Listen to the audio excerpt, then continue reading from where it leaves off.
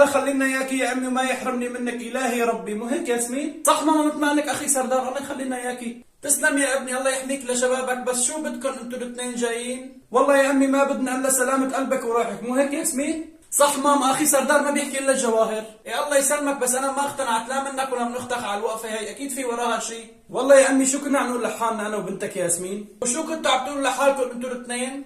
كنا عم نقول لحالنا انا وبنتك ياسمين بما انه هذا اخر نهار بهي السنه حابين نطلع نحتفل. مو هيك ياسمين؟ صح ماما مثل ما حكى اخي سردار. اطلعوا احتفلوا ابني، مين ماسككم انتوا الاثنين؟ امي حبيبتي شكلك ما عم تفهمي علي. شو يعني ابني ما فهمت؟ احكي لها ياسمين. ماما حبيبتي شكلك ما عم تفهمي على اخي سردار لانه هو عم بيحكي بالهندي المكسر.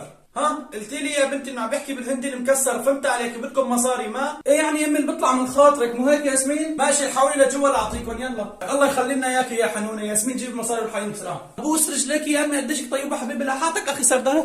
ابو سردار حبيبي اولادك بعدتهم يحتفلوا